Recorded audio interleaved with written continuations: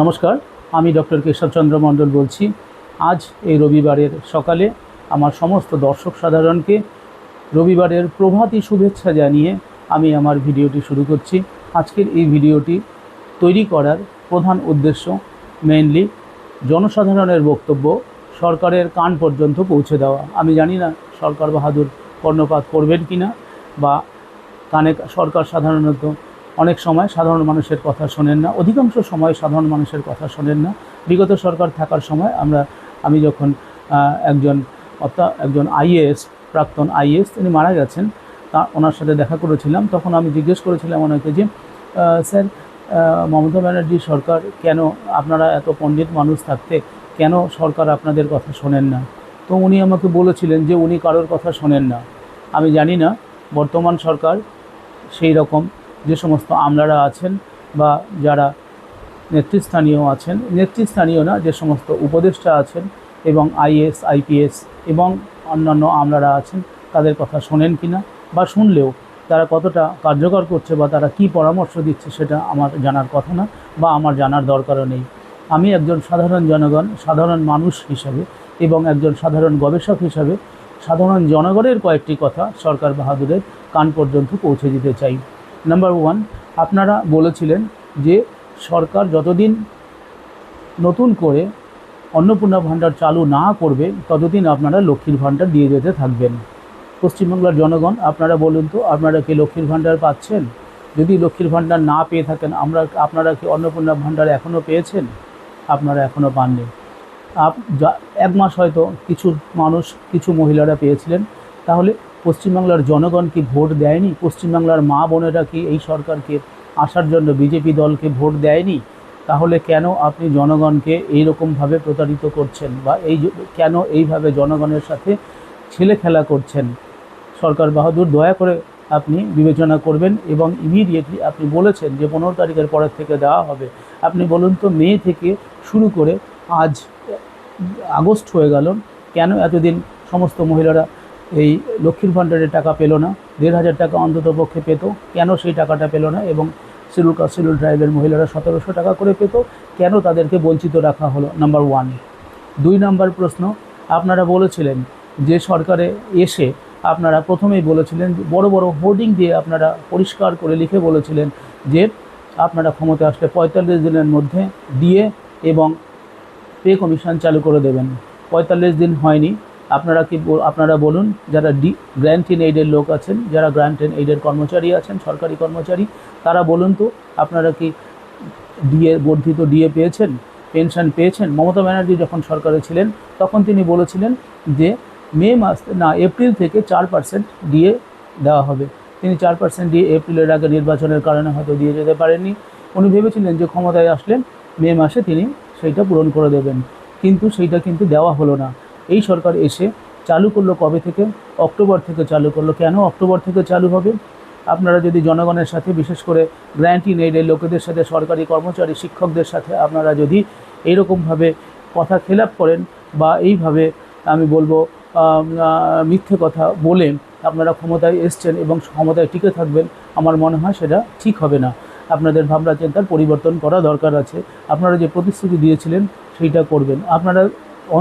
আপনারা সবসময় pay commission কিন্তু চালু হয়, প্রথমে 2006 হয়েছে, 2016-তে হয়েছে, হয়তো দিয়েছে 2006-এর জানুয়ারি, 2016-র জানুয়ারি, তেমনিভাবে 2026-এর জানুয়ারি থেকে এফেক্ট হওয়ার কথা। অনেকে বলছে না, আপনারা 2027 থেকে চালু করবেন। দয়া করে এই কাজটি করতে যাবেন না, তাহলে পশ্চিমবাংলার গ্র্যান্ট ইন এইড এবং পশ্চিমবাংলার সরকারি কর্মচারীদের সাথে একটা অনেক বড় প্রতারণা করা হবে। আপনারা মনে রাখবেন, সরকার যখন জনগণের সাথে প্রতারণা করে, জনগণও সরকারের সাথে একই রকমভাবে প্রতারণা করে। মমতা ব্যানার্জি সরকার ভেবেছিল অনেক ডোল দিয়ে, অনেক ভাতা দিয়ে সমস্ত জনগণকে কিনে নিয়েছেন এবং অন্যায়ভাবে বিভিন্ন জায়গায় ক্লাবকে টাকা দিয়ে তোলাবাজি করে এবং অন্যান্যভাবে যারা আমরা রয়েছেন এবং সরকারি কর্মচারী রয়েছেন তাদেরকে প্রভাবিত করে তিনি ক্ষমতায় জিতে যাবেন। কখনো ভাবতেই পারেননি যে তিনি পরাজিত হবেন 15 বছরে। কিন্তু দেখুন জনগণ কীভাবে চুপ করে সরকারটাকে বদলে দিল, শুধুমাত্র বিগত সরকারের অপকর্ম, বিগত সরকারের অন্যায়, বিগত সরকারের জোর চুরি, বিগত সরকারের করাপশানের জন্য। তো যাই হোক, আপনারা কিন্তু প্রতিশ্রুতি রাখেননি। ৪৫ দিন অতিক্রান্ত, আপনারা কিন্তু এখনও দিয়ে দেননি এবং সরকারি কর্মচারীদের দিলেও আপনারা কিন্তু গ্র্যান্ট ইন এডের যে সমস্ত কর্মচারী আছেন তাদেরকে কিন্তু এখনও দেননি বা দেওয়ার প্রতিশ্রুতি দেননি। ২ নম্বর। ৩ নম্বর, আপনারা বলেছিলেন যে চাকরি দেবেন, আপনারা পঞ্চায়েত দপ্তরে ঘোষণা করা হলো চাকরি দেবে, ঘোষণা করা হলো, আপনারা বললেন প্রায় ১ লক্ষ পুলিশ কর্মচারী নিযুক্ত হবে, কনস্টেবল এবং পুলিশ নিযুক্ত হবে। আপনারা বললেন যে অনেক স্কুলে শিক্ষক নিয়োগ হবে। আচ্ছা সরকার বাহাদুর, আপনি বলতে পারেন এতদিন হয়ে গেল, ৩ মাস হয়ে গেল, 3 মাসের মধ্যে কেন ছাত্রছাত্রীরা নতুন শিক্ষক পাবে না? যে ভ্যাকান্সি স্টেটমেন্ট বা যে ভ্যাকান্সি লিস্ট আছে আপনাদের কাছে, সেই ভ্যাকান্সি লিস্ট দিয়েই কিন্তু নতুন করে ডাকা যায়, অ্যাডভার্টাইজমেন্ট দেওয়া যায়। সরকার বাহাদুরের কাছে আমার প্রশ্ন, কেন আপনারা এখনও করছেন না, অ্যাডভার্টাইজমেন্ট দিচ্ছেন না? অ্যাডভার্টাইজমেন্ট দিলে অন্ততপক্ষে ছাত্রছাত্রীরা পড়াশোনা শুরু করতে পারে। কোন বিষয়ে, কোন সাবজেক্টের কত টিচার আপনার দরকার, কত প্রিন্সিপাল আপনার বাকি রয়েছে, কত বিশ্ববিদ্যালয়ের অধ্যাপক বাকি আছে, আপনারাও কি একই রকমভাবে করবেন? ছাত্রছাত্রীদের নিয়ে এখনও রাজনীতি করবেন? ছাত্রছাত্রীদের এখনও কি শিক্ষার আলো থেকে বঞ্চিত করবেন? আপনি দেখুন তো বেসরকারি স্কুলে এরকম শিক্ষকহীনতায় ভুগছে তারা না, অথচ সরকারি স্কুলগুলিতে শিক্ষক নেই, সাবজেক্ট টিচার নেই, ল্যাবরেটরি নেই, লাইব্রেরি থাকলে বই নেই, লাইব্রেরির টিচার নেই, সংস্কৃতের টিচার নেই, ফিজিক্সের টিচার নেই, জিওগ্রাফির টিচার নেই, অনেক দিন ধরে এই রকম করে চলছে। তাহলে ছাত্রছাত্রীরা কী করে পড়াশোনা করবে? মাননীয় সরকার মহোদয় দয়া করে ভাববেন। আরেকটি প্রশ্ন আমি করতে চাই, সরকার আসার আগে বিজেপি সরকার ক্ষমতায় এসছে, বিজেপির সাথে মেন প্রতিপক্ষ কারা ছিল?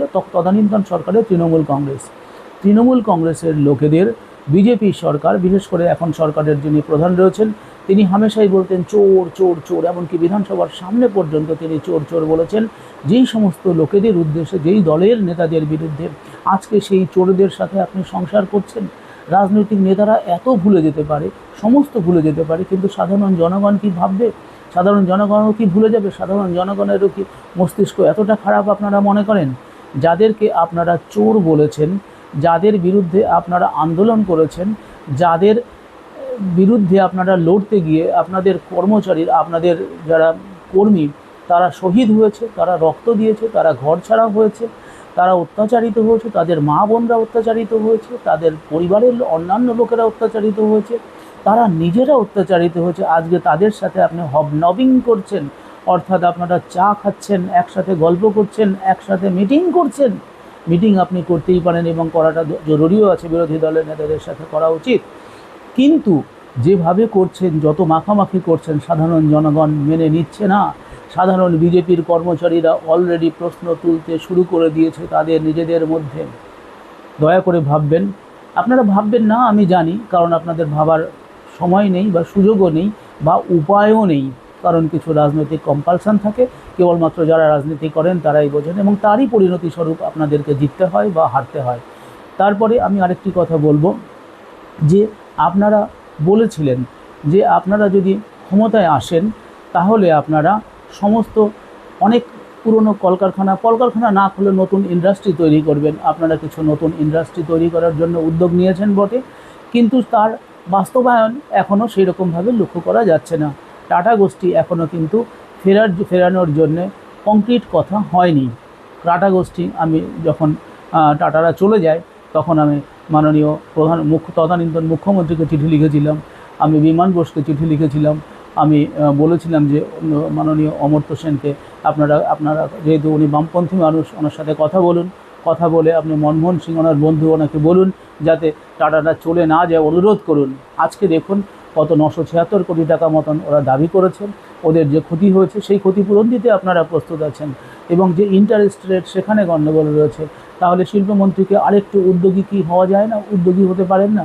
বা সরকার বাহাদুরকে আরেকটু উদ্যোগ নিয়ে টাটাদের ফিরিয়ে আনতে পারেন না? যদি টাটারা ফিরে আসে, আমাদের ছেলেমেয়েরা অনেক চাকরি পাবে, তার সাথে অনেক অনুসারী শিল্প আসবে, আমাদের ছেলে মেয়েদের যথেষ্ট উন্নতি হবে আমি আশা করি।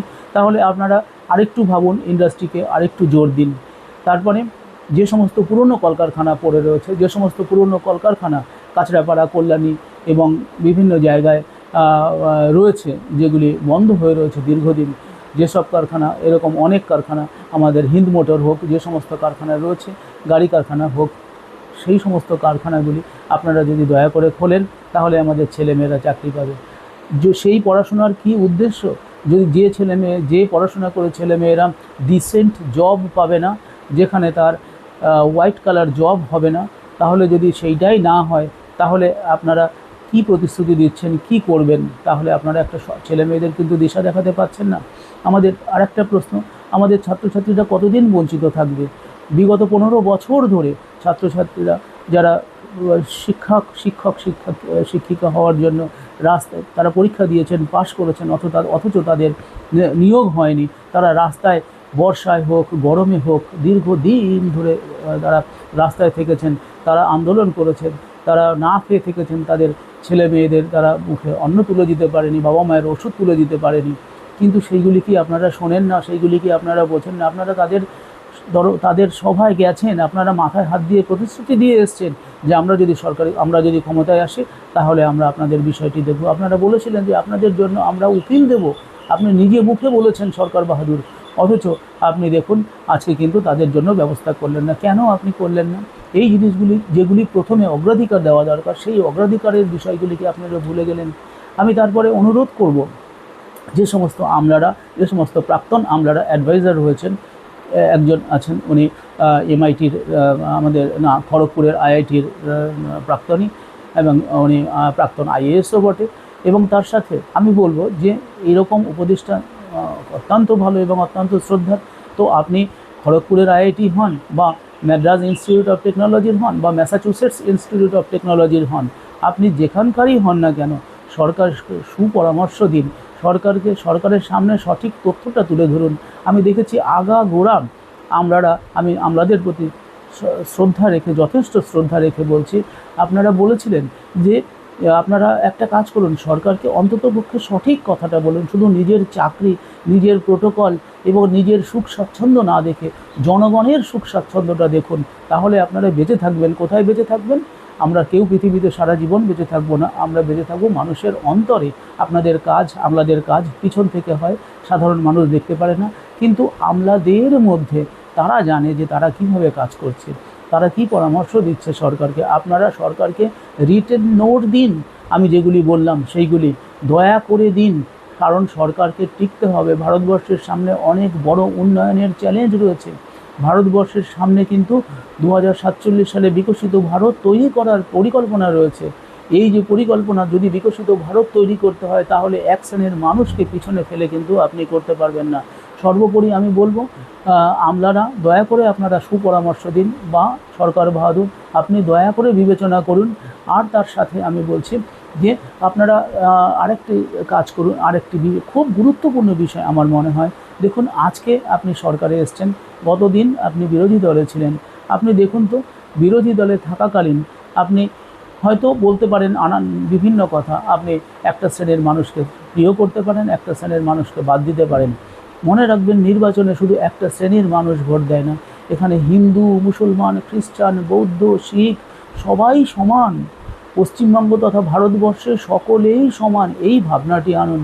দয়া করে এই কথাটা বলবেন। আজকে আপনি এক্সিকিউটিভ প্রধান হিসাবে আপনি যখন বলছেন তুমি আমাকে ভোট দাওনি, আমি তোমাকে দেখে নেব, সেটা বিধানসভায় দেখে নেব এই শব্দটি না বললেও এই ধরনের থ্রেটিং দেন, বা আপনি যখন কখনো প্রেস কনফারেন্সে একটা শ্রেণীর উদ্দেশ্যে অন্যরকম কথা বলেন, ভবানীপুরে আপনার কনস্টিটিউয়েন্সিতে গিয়ে বলেন যে আপনারা আমাকে ভোট দেননি, এইরকম কথা দয়া করে আপনি বলতে পারেন। কিন্তু আমি সাধারণ একজন গবেষক হিসাবে, সাধারণ একজন শিক্ষক হিসাবে আপনাকে পরামর্শ দিচ্ছি, এবং এটা সুপরামর্শ। এবার এটা শুনুন, আপনি কি না শুনুন সেটা আপনার ব্যাপার। আপনারা ভাবেন, রাজনৈতিক নেতারা ভাবেন সাধারণত, বিশেষ করে, যে আমরা যেটা বুঝি, আমরা যেটা ভাবি সেটাই সঠিক এবং সেটাই সর্বোচ্চ সিদ্ধান্ত, কিন্তু সেটা না, কখনোই না, কখনোই না। আপনারা মনে রাখবেন যে রাজনৈতিক নেতাদের চেয়ে অ্যাকাডেমিশিয়ান এবং গবেষক তারা অনেক বেশি পড়াশোনা করে, তারা অনেক ক্ষেত্রেই অনেক বেশি জানেন, এবং তাদের সুপরামর্শ যদি মেনে চলে, তারা ভালোর জন্য বলছে, তারা সরকারকে টিকে থাকার জন্য বলছে, 2047-এ বিকশিত ভারত তৈরি করার জন্য, ভারতকে এগিয়ে নিয়ে যাওয়ার জন্য প্রধানমন্ত্রীর যে শপথ, সেই শপথের কথা মাথায় রেখে এই কথাগুলি বলছেন। এইগুলি মাথায় রাখবেন যে প্যাট্রিয়টিক ইন্ডিয়ান হিসাবে, আমি একজন স্বদেশ প্রেমিক মানুষ হিসাবে সমাজের সাধারণ মানুষ হিসাবে এবং একজন দীর্ঘ 25 বছর গবেষণার অভিজ্ঞতা সম্পন্ন একজন শিক্ষক হিসাবে এবং গবেষক হিসাবে আমি আপনাদেরকে পরামর্শ দিচ্ছি, দয়া করে মাইনরিটিদের অর্থাৎ মুসলিমদের এইভাবে অপমান করবেন না। মনে রাখবেন তারাও আমাদের ভাই। আজকে আপনি ক্ষমতায় এসছেন তার মানে এই নয় যে আপনি তাদেরকে অবহেলা করবেন এবং তাদেরকে প্রকাশ্যে বলবেন যে আপনাদের ভালোবাসি না, আপনাদের শ্রদ্ধা করি না। এটা বলা যায় না, এটা বলা উচিত না। আপনিও দীর্ঘদিন ধরে রাজনীতি করছেন। রাজনীতির শিক্ষা আর শিক্ষকের শিক্ষা আলাদা। তো আমি একজন শিক্ষক হিসাবে, একজন গবেষক হিসাবে আপনাদেরকে পরামর্শ দিচ্ছি, দয়া করে কোথাও এরকম কখনো আপনারা উক্তি করবেন না যেটা সমাজের একটা শ্রেণীর অন্তরে লাগে, অন্তরে আঘাত করে। সমস্ত শ্রেণীর মানুষদের উন্নয়ন যদি না হয়, আপনারা কি মনে করেন শুধু হিন্দুদের দিয়ে আমাদের ভারতবর্ষের উন্নয়ন হবে? শুধু হিন্দু মানুষরা, শুধু হিন্দু, আপনারা যদি বলেন শুধু হিন্দুদের দিয়ে কি ভারতবর্ষ বিকশিত ভারত হতে পারবে? যারা শিক্ষক আছেন, যারা অধ্যাপক আছেন, যারা বাঙালির যত সমস্ত পণ্ডিত আছেন, যে কোনো বিষয়ের পণ্ডিত মানুষ আছেন, আপনারা বলুন তো, যদি $30 ট্রিলিয়ন ইকোনমি করতে হয় আমাদের ভারতবর্ষে, যদি একশো কত এখন 145 কোটি লোক এবং 2047 গিয়ে সেটা 165 কোটি লোক হবে, তাহলে এই জনসাধারণের 20-22% লোককে যদি আপনি বাদ দিয়ে দেন, বলুন তো 147 তার মানে 14 দুগুণে 28 কোটি, 30 কোটি মানুষকে বাদ দিয়ে আপনি দেশের উন্নয়ন করবেন, আপনি দেশের সাস্টেইনেবল ডেভেলপমেন্ট, আপনি দেশের বিকশিত ভারত করবেন? এটা একটা অ্যাবসার্ড আইডিয়া। আমি এরকম করে ভাবি না। আমি বিকশিত ভারত চাই। সেই বিকশিত ভারত করার জন্য যা যা করার দরকার সেই কথাগুলি আমি আমার বইয়ের মাধ্যমে, সেই কথাগুলি আমি আমার লেখার মাধ্যমে তুলে ধরি। তো আমি চাই যে আমাদের সরকার, সেটা কেন্দ্র সরকার হোক, রাজ্য সরকার হোক, শুধু পশ্চিমবঙ্গ নয়, বিভিন্ন রাজ্যের রাজ্য সরকার হোক, তাদের সকলকে এইরকমভাবে চলা উচিত। যদি এইভাবে চলে, যদি সকলের প্রতি সমান দৃষ্টি নিয়ে আসে, হিন্দু, মুসলমান, খ্রিস্টান, বৌদ্ধ, জৈন, সকলে আমার সমান, সকলেই আমার ভাই, সকলকে বুকে জড়িয়ে ধরতে হবে, যদি এই রকম একটা ফিলিংস নিয়ে আসেন, শুধু মনে মনে না, শুধু উপরে দেখানোর জন্য না, মনে মনে, তাতে আপনার কাজে এবং আপনার ব্যবহারে পরিবর্তন ঘটবে। এবং আপনার ব্যবহারে এবং কাজে যদি পরিবর্তন ঘটে, তাহলে আপনি জনগণের মন জয় করতে পারবেন। মনে রাখবেন, আপনারা কিন্তু জনগণের মন নিয়ে খেলেন, জনগণের মনকে আপনারা নাড়া দেন আপনাদের কথা, আপনাদের আদর্শ দিয়ে। সেই কথা এবং আদর্শের সঙ্গে কিন্তু আজকে অনেক বড় একটা অমিল দেখা গেছে, যার জন্য আপনাদের প্রিয় যারা সরকারটাকে আনার জন্য, বিজেপিকে আনার জন্য দীর্ঘদিন ধরে আন্দোলন করেছে, দীর্ঘদিন ধরে যারা আপনার পক্ষে সওয়াল করেছে, বিজেপির পক্ষে সওয়াল করেছেন, তারা কিন্তু আর ধরে রাখতে পারছে না তাদের আবেগকে।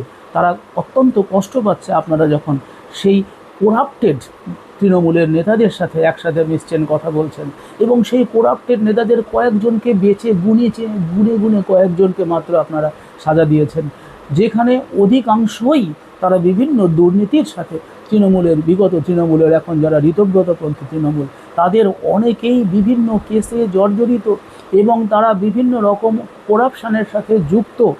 তাহলে তাদের বিরুদ্ধে কেস আছে। আপনি 2021 সালের কেস তুলছেন সাধারণ মানুষ না, তৃণমূলের ছোটোখাটো নেতার বিরুদ্ধে। যদি এই রকম অভিযান করতেই হয় দুর্নীতির বিরুদ্ধে, তাহলে আপনারা করুন না। সমস্ত তৃণমূলের এমএলএ, এমপি, তারপরে জেলা পরিষদের সভাধিপতি, কর্মাধ্যক্ষ, তারপরে ব্লকের সভাপতি, ব্লকের সহসভাপতি, গ্রাম পঞ্চায়েতের প্রধান, উপপ্রধান এবং মেম্বার, আপনারা সকলের বাড়িতে এবং সকলের সম্পত্তির হিসাব নিন।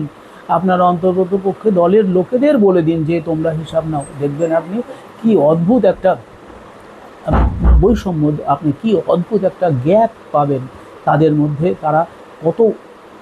তারা কত সম্পদ অর্জন করেছে। শুধুমাত্র দিলীপ ঘোষ, তারপরে আপনার দিলীপ ঘোষ বলছি, আমি ভুল বললাম, দিলীপ মণ্ডল, তারপরে শাহজাহান, তারপরে ওইদিকে টুলু মণ্ডল, বা আপনার বিহারের যে কেষ্টমণ্ডল, শুধু এরা নয়, এইরকম অনেক লোক রয়েছে।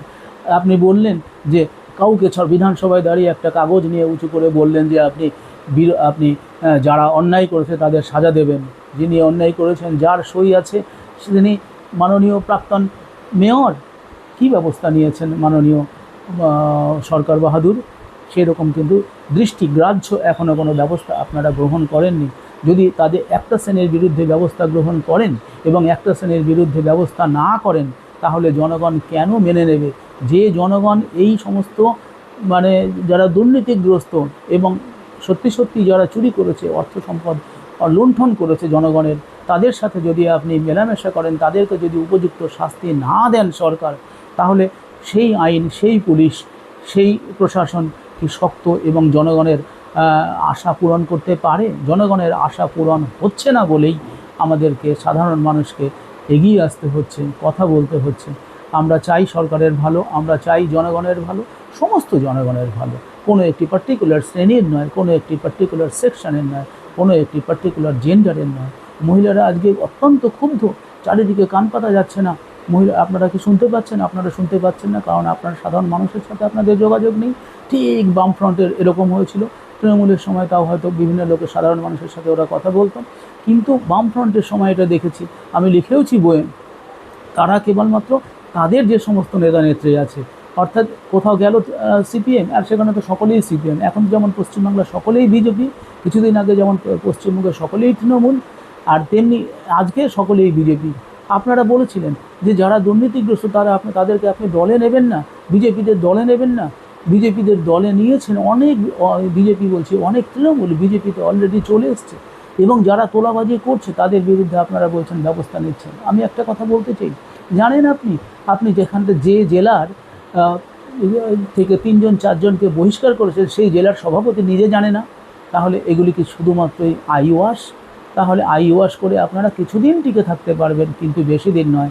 আপনাদের কিন্তু উত্তেজনার আঁচ সহ্য করতেই হবে, এবং সেই উত্তেজনার আঁচ যদি আপনাদের গায়ে লাগে, তাহলে আমার যে স্বপ্নের ভারত, আমার যে স্বপ্নের 2047 সালে বিকশিত ভারতের স্বপ্ন, সেই স্বপ্ন পূরণ হবে না। দয়া করে আপনারা বিকশিত ভারতে আমার যে স্বপ্ন, মাননীয় প্রধানমন্ত্রীর যে স্বপ্ন, সেই স্বপ্নকে বাস্তবায়ন করতে দয়া করে আমি যে পরামর্শগুলি দিলাম, সেই পরামর্শগুলি মনোযোগ দিয়ে শুনবেন এবং তা পালন করার চেষ্টা করবেন। অনেক অনেক ধন্যবাদ আপনাদের সকলকে।